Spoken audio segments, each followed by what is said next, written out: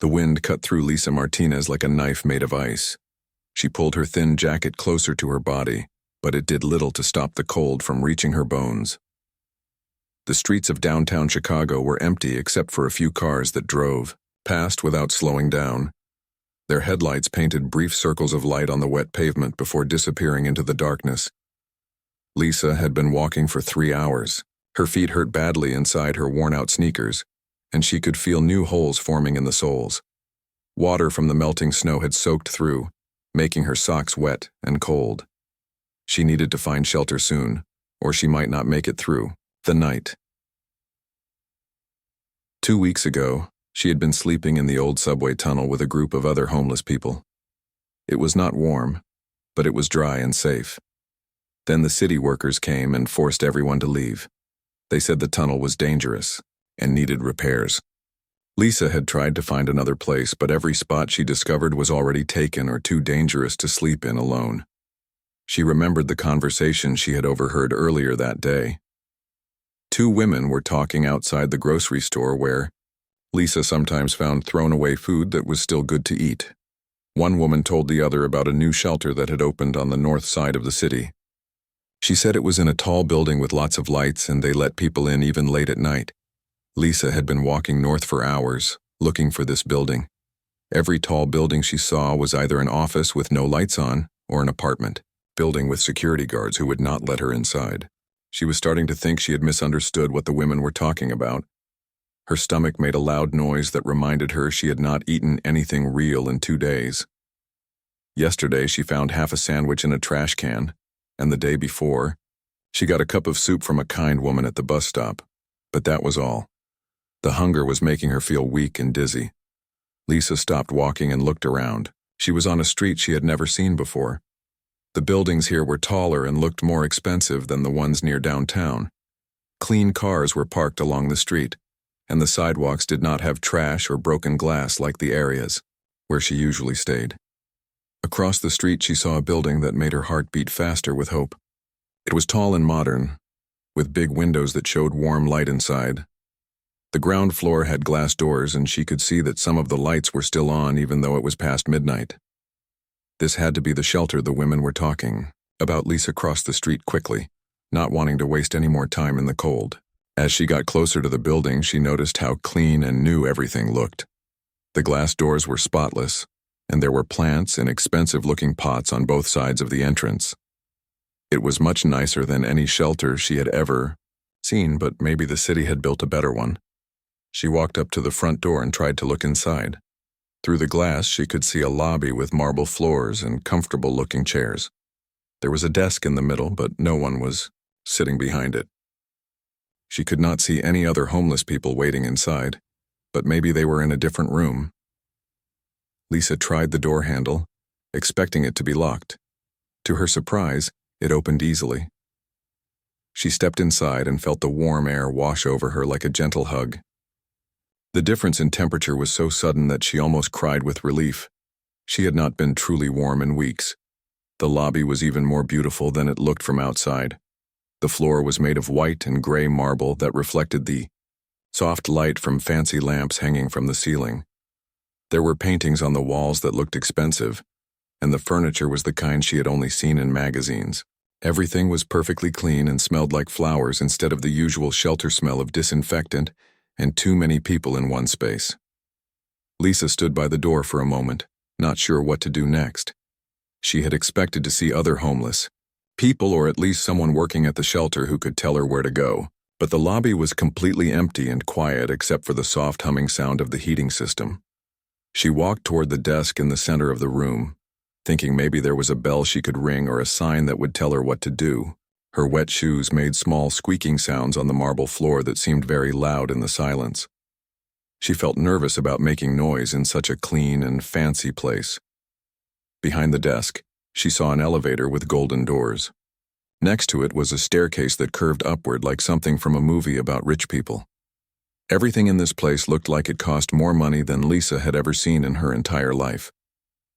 She wondered how the city had paid for such an expensive shelter. As she stood there trying to decide what to do, she heard a soft dinging sound.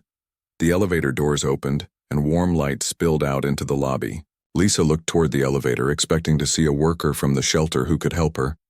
Instead, a man stepped out who looked nothing like any shelter worker she had ever met. He was tall and thin, probably in his 40s, with dark hair that was messy like he had been running his fingers through it. He wore expensive clothes, a soft-looking sweater, and clean jeans that probably cost more than Lisa used to make in a month when she had a job. The man stopped walking when he saw Lisa. His eyes went wide with surprise, and for a moment both of them just stared at each other without saying anything. Lisa could see that he was not afraid of her, just confused about why she was there. Lisa realized she had made a terrible mistake. This was not a shelter at all. She was standing in the lobby of some rich person's building, and now she was in trouble. Her face turned red with embarrassment, and she took a step backward toward the door. "I'm sorry," she said quickly, her voice sounding small and scared in the big lobby. "I thought this was somewhere else. I'll leave right now." But before she could turn around and run back out into the cold night, the man spoke. His voice was gentle and did not sound angry at all. "Wait," he said. "You look like you need help." Jake Sullivan looked at the woman standing in his lobby and felt something he had not felt in a long time. It was not fear or anger, but a strange kind of recognition. She reminded him of himself many years ago, when he had nothing and nowhere to go. Her clothes were dirty and worn out, but her eyes were sharp and intelligent. She was not just another person asking for money. There was something different about her. "Please don't call the police," Lisa said, still backing toward the door. "I really thought this was a shelter. Someone told me about a place with lots of lights where they help people like me. I made a mistake." Jake held up his hand to show he meant no harm. "I'm not calling anyone," he said. "You said you were looking for help. What kind of help do you need?" Lisa stopped moving toward the door but did not step any closer to him. "I need a place to sleep tonight. It's really cold outside and I don't have anywhere to go." "But this is your home, isn't it? I should not be here." "Yes, this is my home," Jake said. "But you're right about one thing. It is very cold tonight. Too cold for anyone to be outside." He paused and looked at her more carefully. "When did you last eat something?" Lisa's stomach made a loud growling sound that answered his question before she could speak. Her face turned red with embarrassment. "I found some bread yesterday," she said quietly. Jake made a decision that surprised even himself. For months, he had been alone in his big apartment, talking to no one except the people who worked for him when they called about business. He had not had a real conversation with another person in so long that he had almost forgotten how to do it. But something about this woman made him want to help her. "My name is Jake," he said. "What's your name?" "Lisa," she answered, still looking ready to run if he made any sudden moves. "Lisa, I have more food in my kitchen than I could eat in a month. I also have guest rooms that no one ever uses. If you want, you can stay here tonight where it's warm and I'll make you something to eat." Lisa stared at him like he had just said something impossible. "Why would you do that? You don't know me. I could be dangerous." Jake almost smiled. Lisa was thin and tired and probably weighed half what he did. If anyone should be worried about danger, it should be her. But he understood why she was suspicious. When you have nothing, you learn that most people who offer help want something in return. "You could be dangerous," Jake agreed. "But you're not. I can tell. And I'm not doing this just to be nice. The truth is, I haven't talked to another person face to face in 2 months. I think I need the company more than you need the help." Lisa studied his face for a long moment. Jake could see her thinking, weighing her options. Finally, she nodded, slowly. "Okay," she said, "but just for tonight.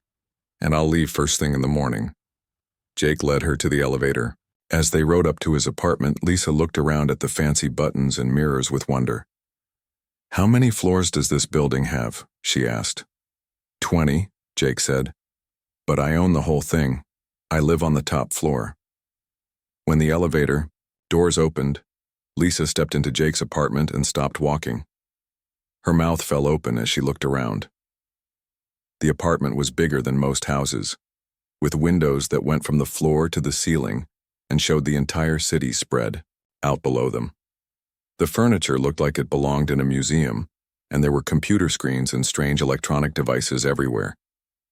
"You live here alone?" Lisa asked. "Yes," Jake said. "I know it's too big for one person. I bought it because I needed space for my work, but then I just kept adding more rooms because I could afford them." Jake led her to the kitchen, which was bigger than some apartments Lisa had lived in when she had a job. He opened the refrigerator and started pulling out food. There was more food inside than Lisa had seen in one place since she became homeless. "What kind of work do you do?" Lisa asked as Jake began making sandwiches. "I make computer programs and robots," Jake said.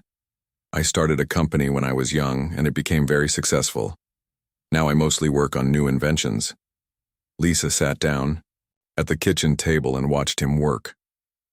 The table was made of dark wood and was so shiny she could see her reflection in it. "What kind of inventions?" Jake paused in making the sandwiches. He had not talked about his current project with anyone, not even the people who worked for him. But something about Lisa made him want to share it. "I'm working on something that might sound crazy," he said. "I'm trying to build a machine that can create new kinds of energy. Energy that doesn't come from oil or electricity or anything we use now." "That doesn't sound crazy," Lisa said. "That sounds important. The world needs new kinds of energy." Jake looked at her with surprise. Most people either did not understand what he was talking about or told him it was impossible. "You really think so?" "I used to be an engineer," Lisa said. "Before I lost my job and ended up on the streets, I worked on machines that made car parts. I know a little bit about energy and how machines work." Now it was Jake's turn to stare. "You're an engineer?" Lisa nodded but looked sad.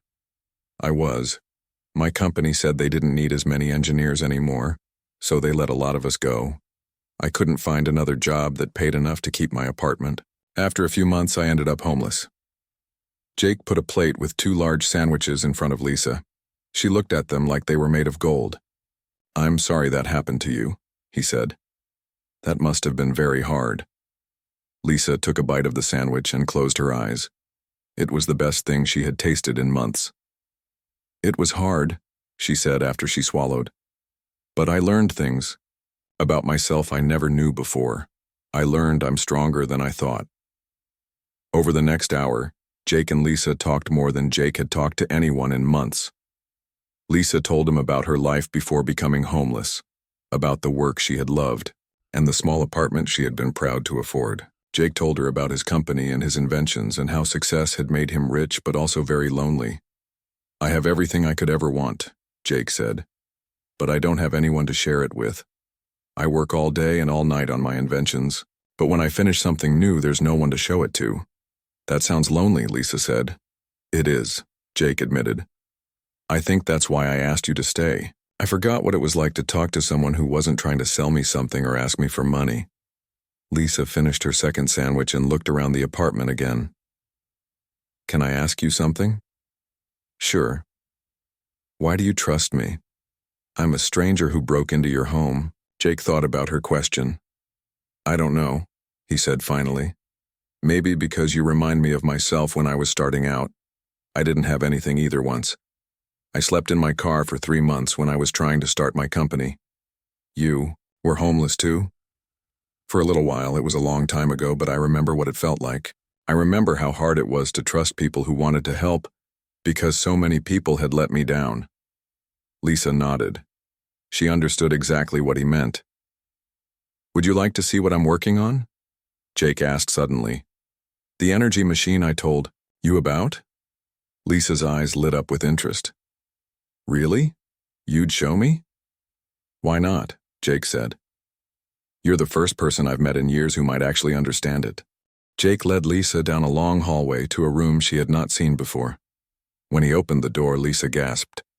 The room was huge and filled with machines and computers that looked like something from a science fiction movie. There were screens everywhere, showing numbers and graphs that moved and changed constantly. In the center of the room sat a strange device about the size of a refrigerator, covered in wires and blinking lights. "This is my workshop," Jake said. "I spend most of my time in here." Lisa walked slowly around the room, looking at everything, with wide eyes. She had worked with machines before, but nothing like this. Some of the equipment looked familiar, but other pieces were completely unknown to her. "How long have you been working on this?" she asked. 3 years, Jake said. Maybe 4, I lost track of time.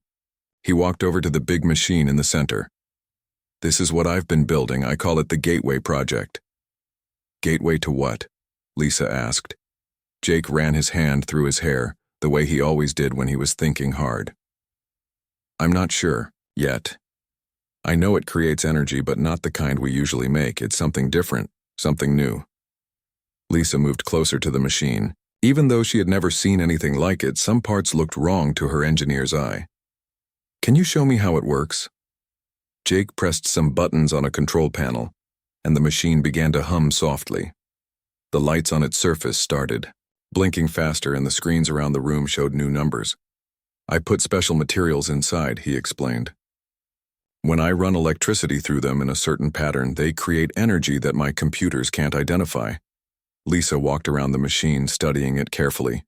After a few minutes, she pointed to a section near the bottom. "Jake, I think there's a problem here." "What do you mean?" "These wires," Lisa said, pointing to a tangle of cables. "They're connected wrong. The electricity is going in a circle instead of flowing through the machine properly. That's why you're not getting the results you want." Jake looked where she was pointing. He had been staring at this machine every day for months, but he had not seen what Lisa saw in just a few minutes. "You're right," he said, surprised. "I can't believe I missed that." "Sometimes you need fresh eyes," Lisa said. "When you work on something for too long, you stop seeing the small problems." Jake found some tools, and together they began fixing the wiring. Lisa's hands were steady and sure as she worked. Even though she had been living on the streets, she had not forgotten how to work with machines. Jake watched her and realized he had found something he did not even know he was looking for, someone who could help him with his work. "There," Lisa said after an hour of careful work. "Try it now." Jake turned on the machine again. This time, the humming sound was different, deeper, and more steady. The lights blinked in a new pattern, and the numbers on the screens began changing in ways Jake had never seen before. "It's working better," Jake said excitedly. "The energy readings are much stronger." But as they watched, something unexpected happened. The air in front of the machine began to shimmer like heat waves rising from hot pavement. The shimmer grew bigger and more visible until it looked like a window made of moving water hanging in the air. "Jake," Lisa said quietly, "what is that?" Jake stared at the shimmer with his mouth open. "I don't know. It's never done this before." The shimmer continued to grow until it was as tall as a person and twice as wide. Through the moving, water-like surface, they could see something that was definitely not Jake's workshop. There were strange shapes that looked like buildings, but not like any buildings they had ever seen. The sky was a different color, more purple than blue, and there were 2 suns shining in it. "Jake," Lisa whispered, "I think you built something much more important than an energy machine." Jake could not speak. He just stared through what he was beginning to realize was some kind of window to another world. In the distance, through the shimmer, they could see things moving. The shapes were too far away to see clearly, but they moved in ways that suggested they might be alive. "This is impossible," Jake finally said. "You can't just open a door to another planet." "But we're looking at one right now," Lisa pointed out. Jake ran to his computers and began typing quickly, trying to understand what was happening. The screens showed energy readings unlike anything in any science book. "According to these numbers, we've created a stable connection between 2 points in space," he said. "A portal." Lisa continued staring through the shimmer. "Jake, I think something is moving toward us." Jake looked up from his computers. Through the portal, they could see a shape coming closer. It was definitely alive and definitely not human. It moved on 4 legs but stood upright like a person. As it got closer, they could see it had smooth gray skin and large dark eyes. "We should close it," Jake said, reaching for the controls. "Wait," Lisa said. Look. The creature had stopped moving toward them. Instead, it was holding up one of its hands, or what looked like a hand. The gesture was unmistakably peaceful, like someone waving hello. I think it's trying to communicate, Lisa said. Jake hesitated with his hand over the power switch. Everything in his logical mind told him to shut down the machine immediately. This was too dangerous, too unknown. But another part of him, the part that had spent years trying to discover something new, wanted to see what would happen next. The creature took another step forward and began making sounds. The sounds were not like any language Jake or Lisa had ever heard, but there was a pattern to them. It sounded like the creature was trying to talk to them. Jake, Lisa said softly, I think this creature has been waiting for us to contact them. What makes you think that? Look how ready it was. It came straight to the portal like it knew what it was. Maybe they've been watching for someone to build a machine like this. Jake looked at the readings on his computers again. You know what's strange? I've been picking up weird signals for months. Sounds from space that didn't make sense. I thought they were just random noise from stars or planets. What if they weren't random? Lisa asked. What if someone was trying to send us information? Jake's eyes went wide as he realized what Lisa might be suggesting. You think my computers were learning from alien signals without me knowing it? It's possible. You said your machine uses artificial intelligence to control the energy patterns. Maybe your AI figured out how to use the alien signals to build this portal. The creature through the portal made more sounds and pointed at itself, then at them. It was definitely trying to communicate. I think it wants to talk, Lisa said. Jake made a decision that would change everything. Instead of shutting down the machine, he walked closer to the portal. Hello, he called out, not knowing if the creature could understand him. The creature stopped making sounds and tilted its head like it was listening carefully. Then it pointed at Jake and made a new sound that almost sounded like hello back. Lisa and Jake looked at each other with amazement. They had just made contact with an alien life form, and it happened because a homeless woman had entered the wrong building on a cold winter night. The creature on the other side of the portal stood very still for a moment after Jake said hello. Then it made a series of soft clicking sounds and touched something on its chest. Suddenly, when it spoke again, Jake and Lisa could understand the words. Greetings, humans of Earth, the creature said in a voice that sounded like wind through leaves. I am Keth of the Altani people.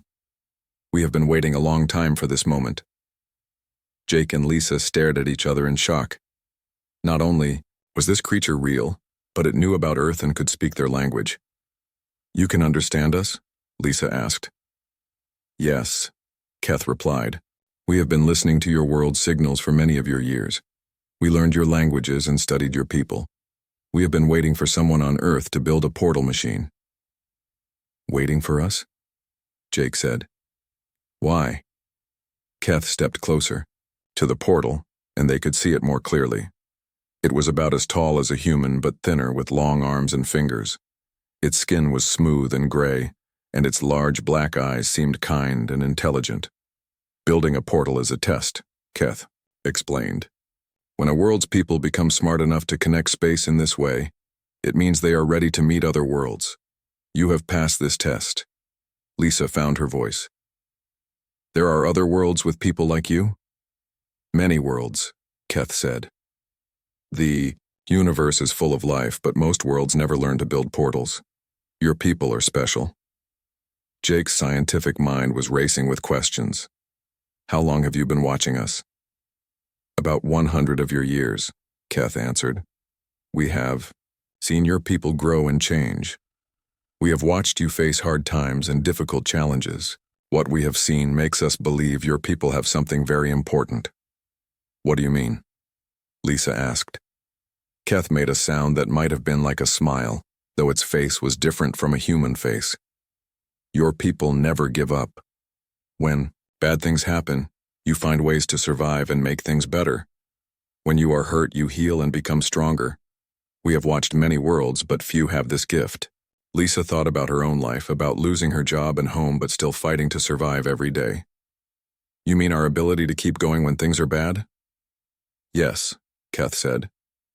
And more than that, you help each other. When one human is in trouble, others will risk their own safety to help. This is very rare among the worlds we know. Jake looked at Lisa and realized Keth was talking about exactly what had happened between them. Jake had helped Lisa when she needed shelter, and Lisa had helped Jake fix his machine. They had been strangers, but they had chosen to trust and help each other. "Are you the only one of your people?" Jake asked. "No," Keith replied. "There are many of us, and we live on several worlds. But I was chosen to make first contact because I have studied your people the most. I have been hoping for this day." Lisa stepped closer to the portal. "Why is it so important that we can build this machine?" Keth's expression became more serious. "Because you will need it soon. There are others in the universe who are not as peaceful as the Altani. They are called the Dominion, and they take over worlds that show promise." "Take over worlds?" Jake said.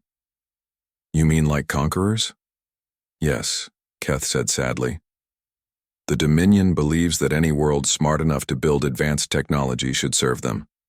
When they learn that Earth has portal technology, they will come." Lisa felt a chill that had nothing to do with the cold night she had escaped. "How long do we have?" "Not long," Keth admitted. "Your portal created energy signals that travel far through space. The Dominion has machines that watch for these signals.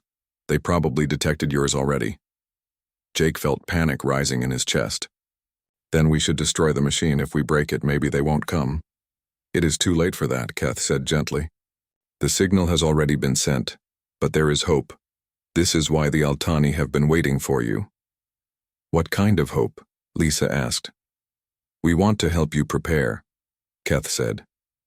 "In all our years of watching, we have never seen a people with your combination of intelligence, determination, and willingness to help each other. We believe you can do something no other world has done." "Which is what?" Jake asked. "Fight back," Keth said simply. "Every other world the Dominion has conquered simply gave up when they saw how powerful the Dominion was. But your people are different. You do not surrender easily." Lisa thought about all the humans she had met in her time on the streets. People who had lost everything but still got up every morning and tried to make their lives better. People who shared their last piece of food with someone who was hungrier. People who never stopped hoping for something better. "You really think we can fight beings from other worlds?" she asked. "We think you can do things that will surprise everyone, including yourselves," Keth said. "But you will need help, and you will need to work together as a planet, not as separate countries." Jake was already thinking like an engineer. "What kind of help can you give us?" "We can teach you to build better portal machines," Keth said. "We can show you technologies that will help you defend your world. But most importantly, we can teach you about the universe and the other peoples in it." "Why would you help us?" Lisa asked. "What do you get out of it?" Keth made that smiling sound again. "The Altani have always believed that the universe is better when it has more free peoples in it. We are tired of watching the Dominion take over world after world. We have been waiting for a people strong enough to stand up to them." "And you think that's us?" Jake said. "We hope it is," Keth replied. "Your people have survived ice ages, plagues, wars, and disasters that would have destroyed other worlds. You have built amazing things and created beautiful art and music.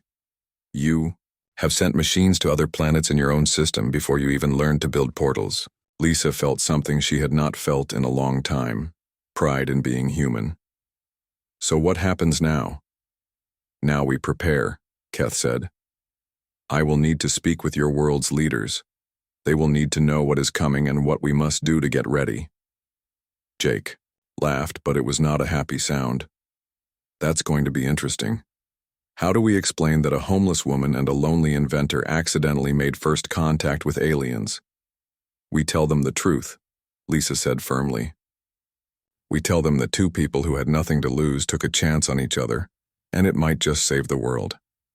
Keth looked at both of them with what seemed like approval.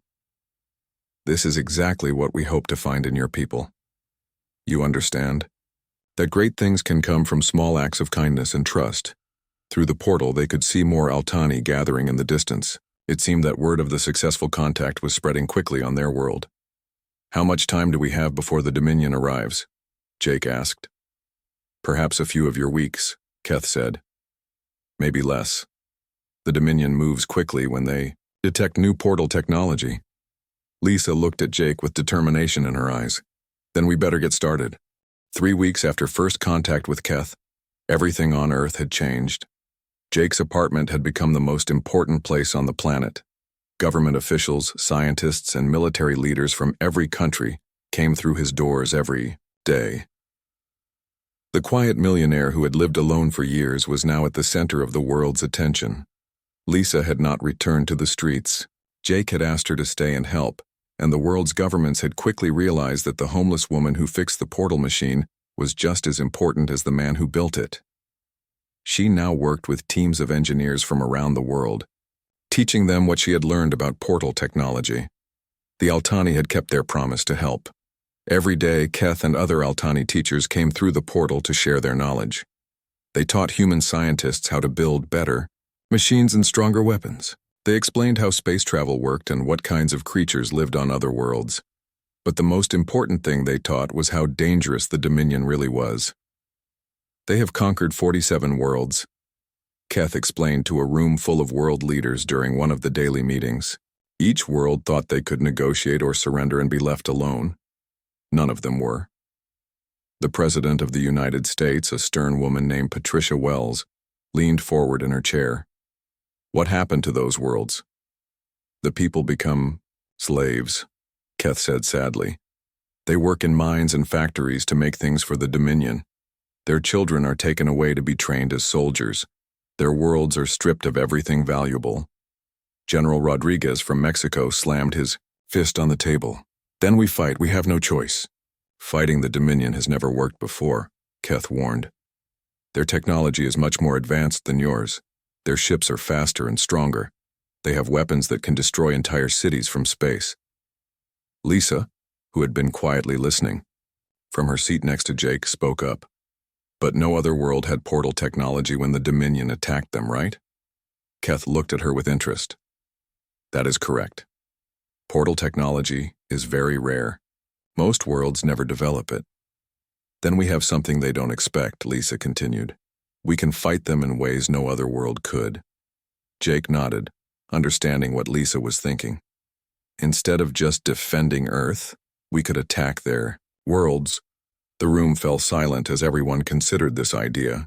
Fighting an enemy by attacking their home was not a new concept in human warfare, but doing it across different planets was something no one had ever imagined. President Wells looked skeptical. You're talking about sending our people to alien worlds to fight. That's incredibly dangerous. Everything is dangerous now, Lisa replied. But I've learned something living on the streets. Sometimes the best defense is to do something your enemy doesn't expect. Dr. Chen, the lead scientist from China, raised his hand. Even if we could attack their worlds, we would need many more portals than we have now. Building them takes time we don't have. Actually, Jake said, we've been working on that problem.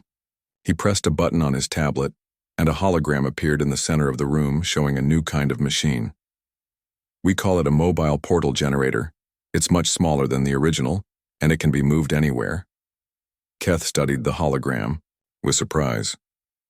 This is very clever. We never thought to make portable portals. That's because you Altani are peaceful, Lisa said. You never needed to think about fighting a war across multiple worlds, but humans have been fighting wars for thousands of years. We know how to adapt. Over the next week, factories around the world began working day and night to build mobile portal generators. The Altani provided advanced materials, and human engineers found ways to make the machines smaller and more powerful than anyone thought possible. Lisa found herself leading a team of military engineers, teaching them how to survive in hostile environments. Her experience living on the streets had taught her things that even trained soldiers needed to learn. When you have nothing, you learn to use everything, she told a group of Special Forces soldiers. You learn to find shelter where no one else would look. You learn to find food and water in places others would ignore. These skills will keep you alive on alien worlds. The soldiers, tough men and women who had fought in wars around the world, listened to Lisa with respect. They had quickly learned that the former homeless woman understood survival better than anyone. Meanwhile, Jake worked with computer experts to create a network that could coordinate portal attacks across multiple worlds at the same time.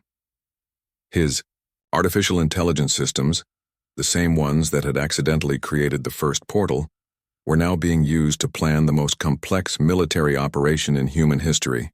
The key is surprise, Jake explained to the military leaders. The Dominion expects us to wait for them to come to Earth. They don't expect us to bring the fight to them. Then, on a Tuesday morning, the alarm started blaring. Keth came through, the portal running, something no one had ever seen him do before.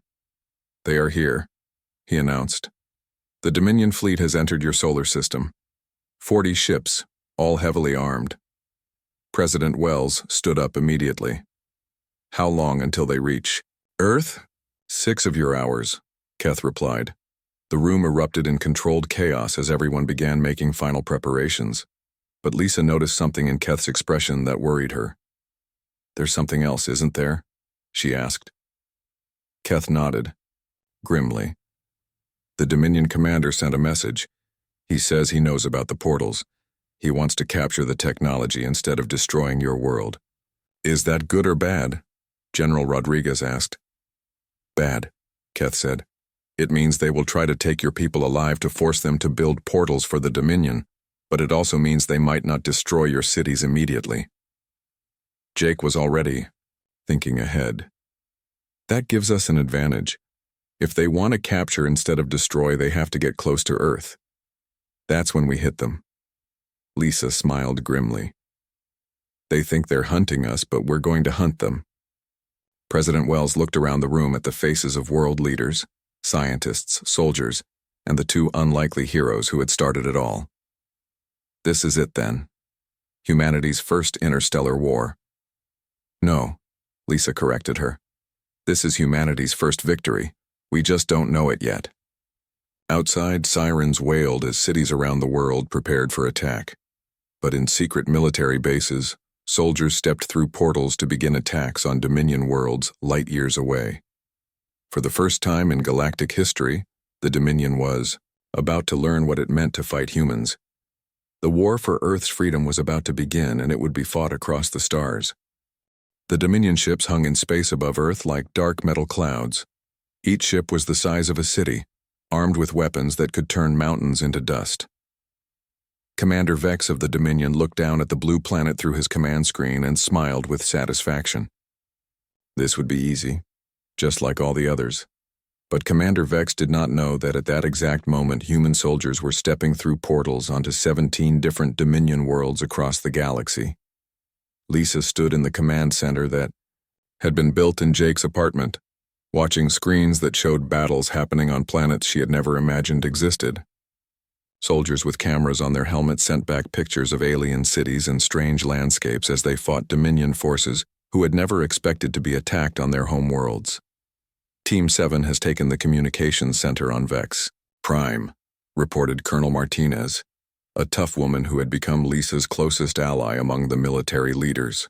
"The Dominion can't talk to half their fleet now." Jake sat at his computers coordinating portal jumps across the galaxy.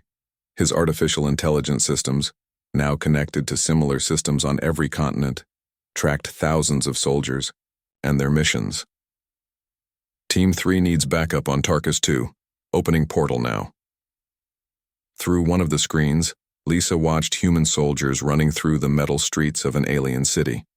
The soldiers moved in small groups, appearing and disappearing through portable portals, striking at important targets and vanishing before the enemy could respond. "This is incredible," said President Wells, who had been watching the operation with amazement. "We're fighting on 20 worlds at once." "The Dominion has never faced anything like this," Keth added. He had stayed on Earth to help coordinate the attacks, even though it meant he could not return to his own people. "They always fight one world at a time. They do not know how to respond to attacks everywhere at once." Above Earth, Commander Vex was beginning to understand that something was very wrong. His ships had been trying to contact Dominion headquarters for an hour, but all communications were dead. Reports were coming in from across the Dominion Empire of surprise attacks by unknown forces. "Commander," said his second-in-command, "we're receiving reports that the humans are attacking our worlds directly. They have some kind of teleportation technology." Commander Vex felt something he had never experienced before: fear. In 300 years of conquest, no world had ever fought back like this. How many of our worlds are under attack? 17, sir. Maybe more. Communications are failing everywhere. On Earth, Lisa was watching the main screen when she saw something that made her heart race. Jake, look at this. The Dominion ships are moving away from Earth. They're retreating? Jake asked in disbelief. No, Keth said, studying the patterns of ship movement. They are trying to return to their worlds to fight your attacks there. But they cannot travel faster than light without their communication systems to guide them. Lisa smiled. So they're stuck. They can't fight us here, and they can't get home fast enough to stop our attacks there. But the celebration was too early. Commander Vex, desperate and angry, made a decision that changed everything. If he could not capture Earth's portal technology, he would destroy the planet and everyone on it. All ships prepare to fire on the planet's surface, he ordered. Destroy everything. The alarms in the command center began screaming. Jake's computers detected the weapons powering up on the Dominion ships. They had minutes before the attack began. They're going to destroy Earth, President Wells said, her face pale with shock. Lisa looked at the screens showing their soldiers still fighting on distant worlds. If Earth was destroyed, all those brave people would be stranded forever on alien planets. But an idea was forming in her mind, born from months of desperate survival on the streets. Jake, she said urgently, can your mobile portals work in reverse? What do you mean? Instead of sending things through them, can we pull things through them? Jake's eyes went wide as he understood what Lisa was suggesting. You want to pull the Dominion ships through portals? Not all of them, just their weapons. If we can open portals around their big guns and pull the weapons through to somewhere else, they can't shoot at Earth. Keth made an excited sound. This is brilliant. But where would you send the weapons? Lisa looked at the battle screens where human soldiers were still fighting on Dominion worlds. We send them to the Dominion's most important military bases. Let them deal with their own weapons. Firing at them, Jake was already typing commands into his computers. It's crazy enough that it might work, but we need to be very precise with the portal placement. I can do it, Lisa said. I've been studying these ships for weeks. I know where their weapons are. What happened next became known as the Battle of Reversed Fire. As the Dominion ships prepared to destroy Earth, dozens of small portals opened around their largest weapons. The weapons were pulled through the portals and appeared above the most heavily defended Dominion military bases across the galaxy. Suddenly, instead of firing at Earth, the Dominion's most powerful weapons were firing at their own most important facilities. Explosions lit up alien skies as Dominion bases were destroyed by their own guns. Commander Vex watched in horror as his weapons turned against his own empire. How is this possible? He demanded. On Earth, Lisa was coordinating the portal placements while Jake managed the technical aspects. Working together, the homeless woman and the lonely millionaire were defeating the most powerful military force in the galaxy. Commander Vex is requesting communication, reported Colonel Martinez. Put him through, President Wells ordered. The alien face that appeared on their screens looked tired and defeated. I am Commander Vex of the Dominion Fleet. I wish to discuss terms of surrender. The room fell silent. No one had expected those words. Surrender. President Wells asked. Your people have done something impossible, Commander Vex admitted. You have turned our own weapons against us while fighting us on multiple worlds simultaneously. We have never faced such tactics. The Dominion High Command has ordered me to negotiate. Lisa stepped forward. We'll accept your surrender on one condition. All the worlds you've conquered go free. Commander Vex hesitated, then nodded slowly. Agreed. 6 months later, Lisa stood in the newly built Earth Embassy to the Galactic Council. She wore clean clothes and had a title she never could have imagined, Director of Interstellar Engineering. Jake stood beside her as Earth's chief ambassador, no longer lonely, but surrounded by friends and colleagues from across the galaxy. The Galactic Council recognizes Earth as a full member, announced the council speaker, an ancient being whose species had been exploring space for millions of years. Humanity has shown qualities that are rare in the universe: the ability to adapt, to innovate, and to find strength in cooperation. Through the large windows of the embassy, they could see Earth's first interstellar ships being built in orbit. Human engineers worked alongside Altani scientists and former Dominion prisoners who had asked to stay and help build a better galaxy. "You know what's funny?" Lisa said to Jake as they watched the ships taking shape. "What's that?" "If I hadn't gotten lost that night, if I hadn't walked into the wrong building, none of this would have happened." Jake smiled. "Maybe you didn't walk into the wrong building. Maybe you walked into exactly the right one." Outside, the first human ships prepared to carry explorers to distant worlds, spreading the human ideals of cooperation, determination, and hope across the galaxy. The species that had learned to survive against all odds was ready to help other worlds do the same.